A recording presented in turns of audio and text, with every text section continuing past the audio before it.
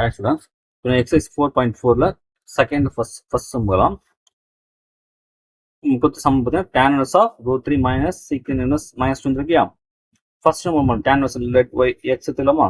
let x equal to tan inverse of root 3. இப்போ இந்த பக்கம் வந்தாலும் tan x ஆயிடுமா equal to root 3.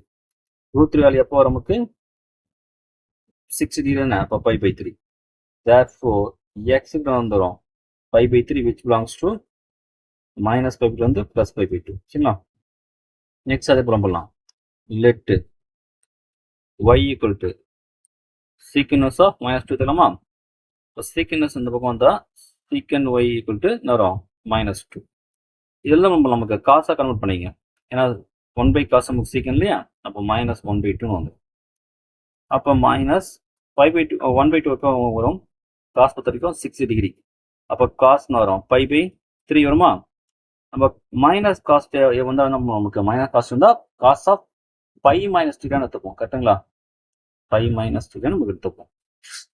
சரிங்களா. இப்போ நமக்கு வந்து எல்சிஎம் போடுங்க. அப்புறம் நமக்கு 2 பை பை 3 வந்துருமா. 120 டிகிரி 120 டிகிரி கண்டிப்பாக அங்கே இருக்கும். நமக்கு 0 to பைக்குள்ளே இருக்கும் இல்லையா. ஏன்னா 0 to 180 இல்லையா, அதுக்குள்ளே கண்டிப்பாக இருக்கும். சரி, நம்ம சீக்கிரம் நம்ம காசாக மாற்றிடும்.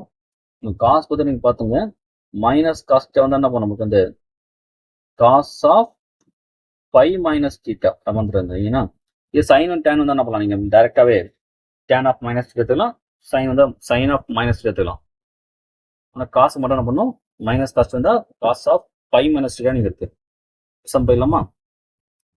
அப்போ tan inverse of root 3 minus sec inverse of minus 2 equal to இது பை பை 3யா, இது மைனஸ் இந்த 2 பை பை 3.